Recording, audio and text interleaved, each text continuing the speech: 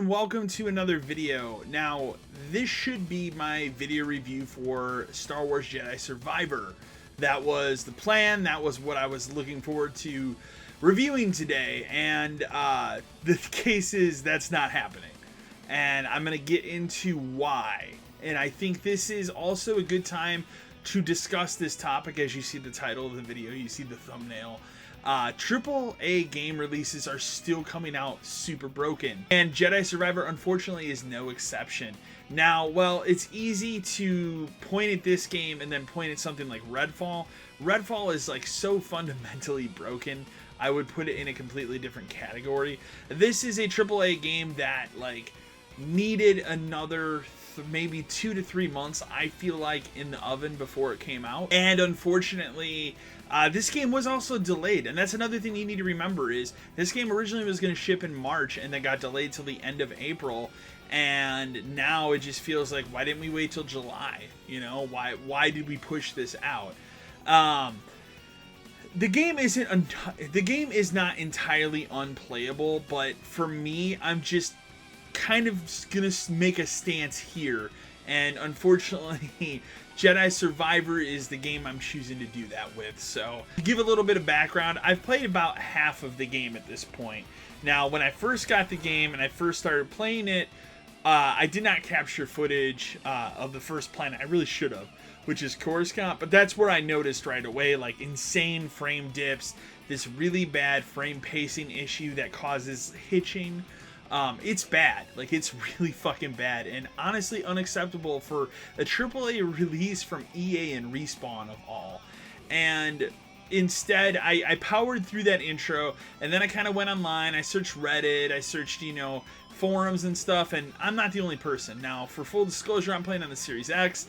These problems also are on the PS5 version of the game as well. The PC version is a completely different story from my understanding. This video is entirely focused on console, and this game shouldn't be this way, right? Like, it shouldn't have launched this way. Time after time, we see developers do this, where they put a game up as gold, meaning it's ready to go, it's ready to, you know, be printed on a disc, or get ready for that digital queue, and then they say, well, we'll fix these problems with the day one patch. And the problem is, the day one patch comes out, it doesn't fix all the issues. Then you need a second patch, a third patch, and so on. Sometimes you have great examples of terrible fucking launches, like Saints Row, a game that should have had probably another year in the oven before it came out. Yet it came out super broken. It's been critically lambasted. I know they're putting out a patch this week, ironically, that's supposed to fix a major portion of all the issues with that game, but it's too late for that game.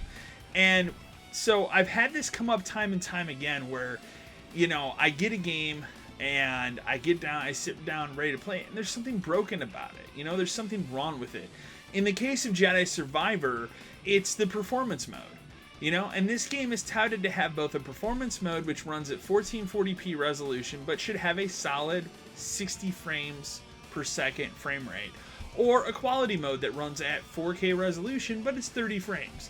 Now, for full transparency, after at least the first patch, the quality mode runs at a rock solid 30 frames, but it's 2023. I shouldn't be hindered by 30 frames on a fucking next-gen console that pretty much has every game has come out at 60 frames.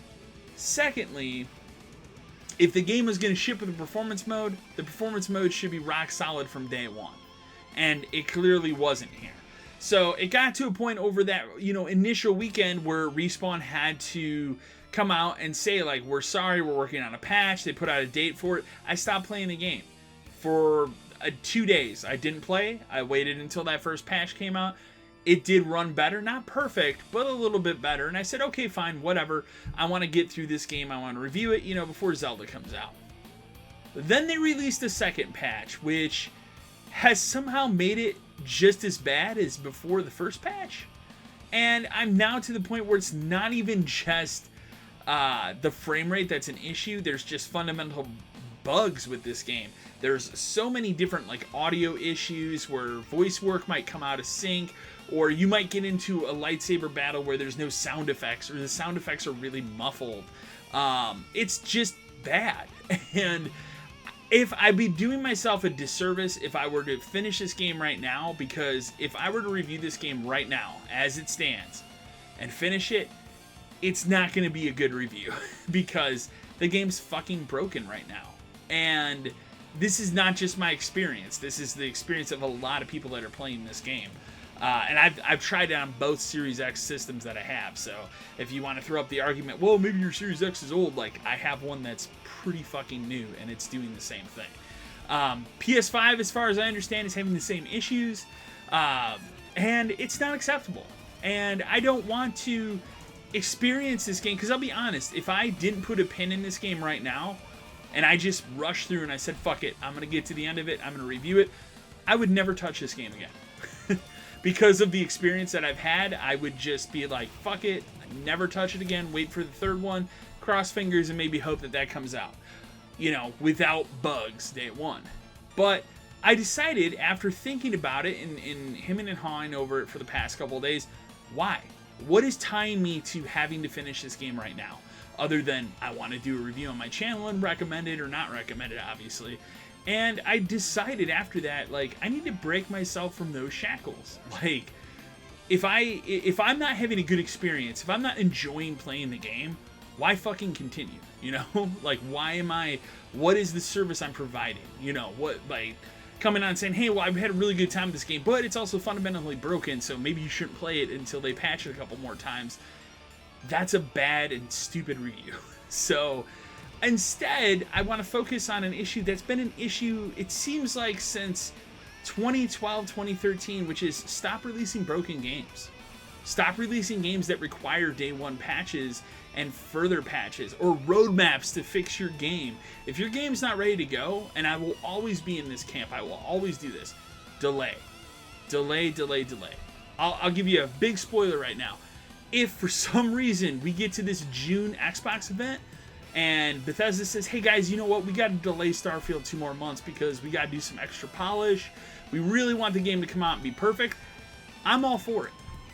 Delay your game. I'd rather a good game at launch than a broken fucking pile of garbage at launch with a promised roadmap and, oh, well, just stick with us, man, we're going to work on it. I'm so tired of it. I'm so tired of the excuses. Just continue to work on your game until it's fucking ready. And I get it, man. Like, on the business side of things, on the publisher sides of things, like, these are investors that want their fucking money, and they, especially for big AAA games, you tell them that a date, and then you have to go up to them and say, oh, sorry, we're going to have to delay that game, but they want their guaranteed money. Yeah, they're going to get fucking pissed. So, like, I understand it, but stop releasing broken games. Like, there's no excuse for it. There's no excuse for Jedi Survivor to run like fucking garbage on an Xbox Series X, like a fucking modern console. This is a game that's not even on last gen. This is a current gen only game. What's the struggle? You know? So this game also, and I'm just going to throw this out there since I'm having a little bitch, session about this game. It's 135 gigabytes on the Xbox One. It's the largest game I think I've ever installed. Now, again, I know somebody in the comments is going to be like, well, I play Call of Duty. That's great. I don't. So I know Call of Duty is a large install, but like, I think the only thing that ever has come close to it for me is Master Chief Collection, but that has like 6 fucking games in it, so I understand that. This game is 135 gigs. The patch that I had to download last night, the new patch they put out, is 26 gigabytes. Thankfully, thank God, for me, I work from home. I pay for not only a great internet connection that's, pretty great like 99% of the time, I also pay for no data cap. So I couldn't imagine somebody out there that bought this game that doesn't have a data cap. They're getting fucked. They're straight up getting fucked, and it's insane. But it's not even just, Jedi Survivor. This is, I want a warning for future games, and something else that I'm just going to make a staple of Marvel Gallery going forward, which is I'm not going to look to buy games day one unless I'm absolutely fucking sure it's a game I want to play day one. So, like Jedi Survivor, don't get me wrong, I'm a huge Star Wars fan. I'm not like a diehard Star Wars fan anymore because the most recent trilogy kind of killed that for me, but I love Mandalorian. I like Book of Boba Fett. I'll probably like Andor if I ever fucking get to it, but I'm a pretty big Star Wars fan. You know, as a kid, I read the encyclopedia back to back. Like, I know a lot about Star Wars. And I really like Jedi Fallen Order. I was really excited for this game. So what was wrong, you know, with pre-ordering it and having an expectation that the game would work day one? You know, that is what it is.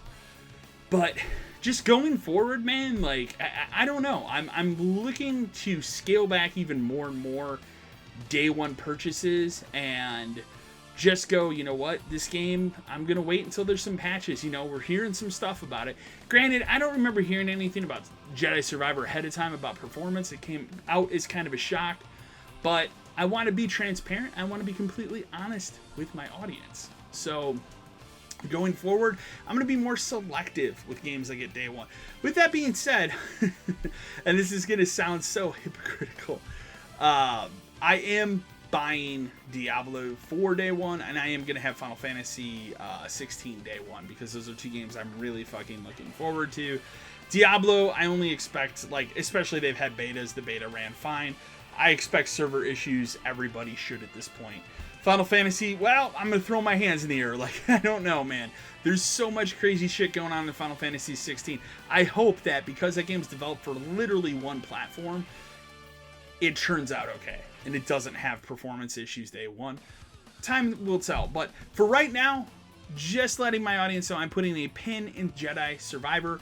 I will plan to go back on to it later this year, because it's a game that, I'll be honest, I'm enjoying the story, but all of the bugs, all of the performance issues just takes me out of the experience every single time.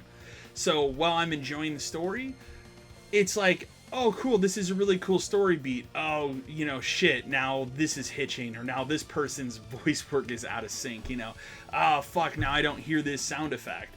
It just takes me out every fucking time. I'm not enjoying the experience the way that I think Respawn and EA probably would want you to enjoy the experience. So I'm putting a pin in it.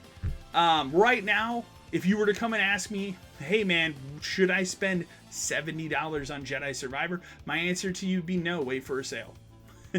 Wait for a sale, wait for like 3 more patches, and maybe they'll get there. But for right now, I cannot recommend the game. I think in the history of this channel, I only ever did this one other time, and that was for 2017 Prey. If you remember way back then, Prey launched incredibly broken on PC, and that was where I chose to play that game at the time. Obviously, you know, years later, that game's, you know, fixed, and it runs great on anything that you play it on, but at the time, it ran like garbage. So, but I just have to be honest, and I just have to say, like, if I'm not enjoying the experience, if it's a broken pile of shit, why am I wasting my time? So I'm deleting it off my hard drive. I'll come back to it, you know, in a couple months here. And I encourage anybody watching this to wait on it if you haven't already purchased it, and wait for some patches, and hopefully it plays better. Anyways, the next thing I'll be doing on this channel, hopefully, will be a Zelda review. That's another game that's going to be really interesting when it comes to performance, but I'm really looking forward to Zelda. So I'm going to be going underground with game content for a little bit while I focus on playing Zelda. So I hope to have a review maybe the end of this month. We'll see.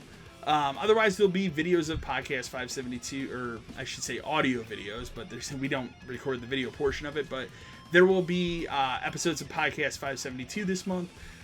Latest one just went up last Saturday, and yeah, we'll be continuing the podcast. Encourage everybody to go listen to it. We have a fucking blast doing that podcast, and I encourage you all to listen to it either on YouTube, or you can go find Podcast 572 literally on any podcast platform, be it iTunes, be it Spotify, Podbean, whatever the fuck is out there. So anyways, remember to like, share, and subscribe to the channel. Leave a comment below, and have a great day. I'll catch you later.